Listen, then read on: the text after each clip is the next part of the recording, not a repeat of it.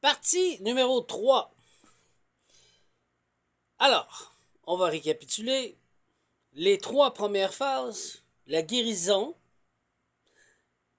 développée avec le poison du peacock, donc le pan, pour en refaire quelque chose de lumineux, exceptionnel, beau, nouveau, ok? Et le scorpion pour mettre à mort un vieux cycle, celui que tu étais avant. Ensuite, à la deuxième partie, je vous ai dit Sokar, qui est de remettre en vie la création à travers les cendres, tout ce qui s'est effondré. Pour ceci, j'ai pris Babylone.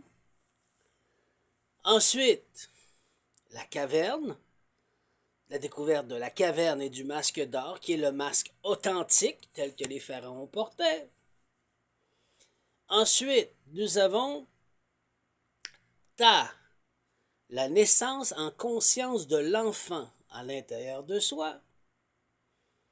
Développement, donc il passe sur une phase d'un bébé jusqu'à un enfant, jusqu'à un adolescent, jusqu'à un jeune adulte, un adulte, et la maturité se fait. C'est ce que je vous explique dans l'école de la force, à travers les 4 vases et la construction du corps. Je vous révèle beaucoup de choses. Ensuite, il y a la phase les semences de la Lune. Nous fonctionnons toujours avec la Lune et ses phases. Les femmes sont connectées avec la Lune, le féminin sacré. Donc, ils ont fait des rituels, pas juste les femmes, mais les hommes, pour pouvoir matérialiser, manifester et intervenir à travers l'énergie, puisque la Lune, elle a une interface électromagnétique qui fait que ça joue sur la création. Donc, ils ont compris. Mais rares sont ceux comme moi qui réussissent à rentrer à travers la semence du soleil. Ah, qui est quoi? Ra. Fille de Ra, je suis. Qui est quoi? Qui rapporte les semences du soleil en ce monde. La création. Ensuite, il y a quoi? La phase d'Osiris, qui est quoi? La reconstruction des 14 ou 16 morceaux. Le corps. Avec le fameux phallus et l'énergie vitale. Donc, la dernière phase, après tout ceci, qui est la reconstruction des canopées, comme on explique en Égypte ancienne, à travers les morceaux que je vous apprends à l'école de la force.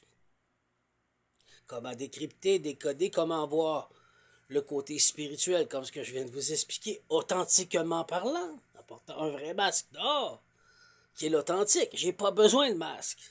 Il est à côté, il n'en sert pas. Il y a la phase de Horus, qui est le nouvel enfant divin. Vous comprenez? À travers tout ce processus, que je pourrais même dire avec Abraham, Isaac, Esau, Jacob, la chicane entre la dualité, l'obscurité, la lumière, comme si j'irais chez l'hyperboréen avec Odin, Thor qui est la lumière et Loki qui est l'obscurité qui fait des tours, c'est Jacob là? Est-ce que vous comprenez? Donc il y a le nouveau qui est né officiellement, mais physiquement, Horus. Pourquoi Horus a-t-il son œil gauche? C'est ça. Ça dépend comment vous le voyez, là, mais cet œil gauche arraché. Ben, simplement qu'on voulait apprendre l'obscurité. Donc il fallait arracher l'œil d'Horus pour remettre l'œil de Ra, semence du soleil, pour remettre en vie la création à travers l'obscurité, guérir de l'obscurité. C'est pour ceci qu'il y a eu un combat avec Seth. Qui est comme le nouveau, le diable, celui qu'on appelle le diable aujourd'hui. Qui n'est pas le même, mais qui est un nouveau, qui fait le rôle du diable, comme Seth anciennement. Ou sinon, il y a Apophis. Apophis qui est quoi? Qui est le chaos. L'énergie du chaos. Quand tu n'arrives pas à être équilibré, guéri, Tu n'arrives pas à avancer, tu répètes les mêmes traumas, tu finis par t'auto-destruire, autodestruction, te détruire, tu deviens une bombe, tu t'exploses. Donc le seul moyen, c'est de passer à travers la guérison. Maintenant que je vous dévoile tout ceci en 3 parties, condensées, bien sûr, et que je vous ai montré que j'ai fait une école, qu'on est rendu à la saison numéro 3, que je vous ai montré que le Créateur suprême m'a choisi comme Esau, ou comme dans la Bible, il y a eu plusieurs prophètes. Qu'est-ce qu'il fait? Ben voilà, pour que la création se répète. Il va te montrer à te guérir. Est-ce qu'il va te guérir?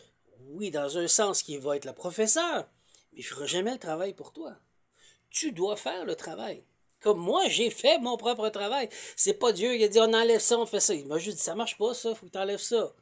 Bon, faut que je pèse sur mon orgueil, il faut que j'accepte, il faut que je le fasse, mais il faut que je guéris par moi-même. Puis lui, il m'enseigne, elle m'enseigne, me montre comment, m'envoie une équipe, m'envoie du monde.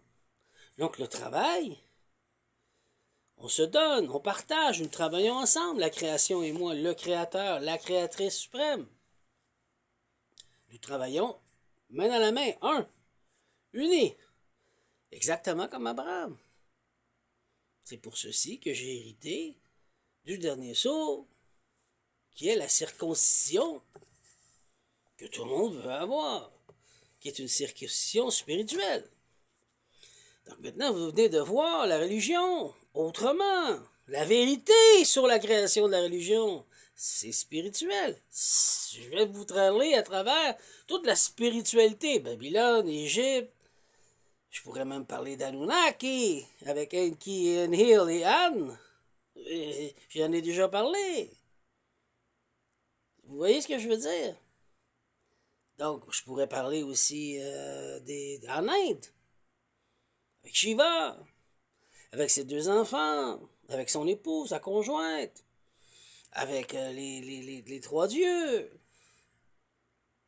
OK, on pourrait en parler, mais c'est spirituel. L'homme veut faire de l'argent avec la spiritualité, pas pour partager avec le cœur l'enseignement qu'il a conquis ou acquise par le Créateur suprême. Il cherche à s'authentifier le mérite de la création et de la guérison qu'il a appris grâce au Créateur suprême, mais en le mettant dans une boîte et le tassant pour créer une religion. J'ai rien contre la religion, mais c'est pas ça. Tu peux croire en ce que tu veux, je m'en fous. Mais sois équilibré et guéris-toi. C'est pour ceci que le Créateur est venu vers moi. Il ne m'a pas choisi parce que je suis chrétien orthodoxe ou je suis un bouddhiste ou je suis un juif authentique, orthodoxe ou quoi que ce soit, ou un bouddhiste. Non, il m'a choisi parce que j'étais authentiquement moi, dans ma souffrance et dans ma douleur, et que j'avais un cœur pur parce que je finissais toujours par pardonner tout le monde. Il m'a dit, je peux travailler avec cet homme. C'est tout. Donc, je ne peux pas commencer à essayer de voler mon énergie vitale et ce que je suis. Je l'avais fait pendant un bout parce que je devais apprendre à me défendre, me protéger. Mais vous ne pouvez pas voler mon droit de naissance, vous ne pouvez pas voler mon écriture, ma collection, mon savoir, ma connaissance que je partage à tous. Je suis l'authentique. Donc maintenant, vous comprenez pourquoi qu'on essaie de m'accuser et de m'accrocher partout et de me pointer du doigt pour m'humilier et me rabaisser à tort. Parce qu'on veut, par en arrière, voler ce qui ne leur appartient pas. Parce qu'ils sont trop paresseux pour guérir. On revient à la première partie. La guérison, le poison dans les veines, tu fais quoi? Tu exploses avec? Ou est-ce que tu le transformes, l'alchimise, en lumière, en harmonie, en beauté, en vibration? Et la dernière phase, tu mets à mort le scorpion, le cycle du passé, tu ne reviens plus ce que tu étais. Sinon, c'est trop de travail, ça. Oh, trop d'ouvrage, je préfère voler. Ben oui, mais ils portent des masques, ils ne changent pas. Et malheureusement, c'est ce que Salomon a enseigné à travers les loges et ce que les loges y font aujourd'hui. quand il a chuté, il a quitté Dieu. Voilà, la preuve est là. Bonjour.